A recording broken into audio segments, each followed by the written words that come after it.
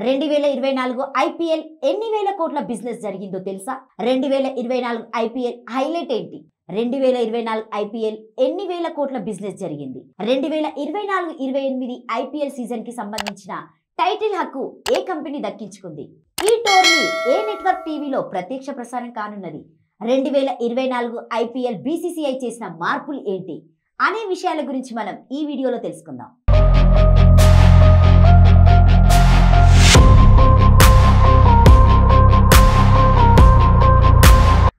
నమస్తే, నేను మీ anchor Lavanya. Welcome to social post. మండు వేసవిలో క్రికెట్ అభిమానుల్ని అలరించేందుకు ఇండియన్ ప్రీమియర్ లీగ్ సిద్ధమైంది. పోటీ ఫార్మాట్ లో మ్యాచ్లకి అంతకంతకు పెరుగుతున్న ఆదర్శన నేపథ్యంలో ఈసారి ఐపీఎల్ ని పలు మార్పులతో బీసీసీఐ సిద్ధం చేసింది.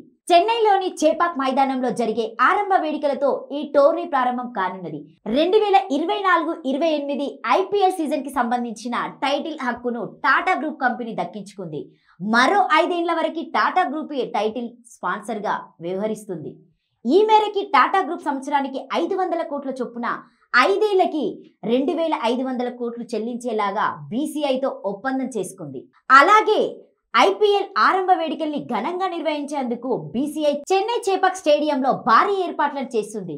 ఇప్పటికే రంగురంగుల టైటిల్ ఏర్పాట్లతో కూడిన చేపాక్ గ్రౌండ్ వీడియోలన్నీ సోషల్ మీడియాలో షేర్ చేస్తుంది.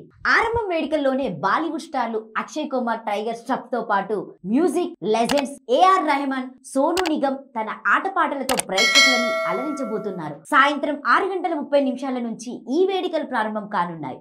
అనంతరం రాత్రి 8 గంటలకి defending champion Chennai Super Kings జట్టుకి రాయల్ ఛాలెంజర్స్ బెంగళూరు జట్టుకి మధ్య జరిగే తొలి మ్యాచ్ తో ఈ సీజన్ ప్రారంభం కానుంది.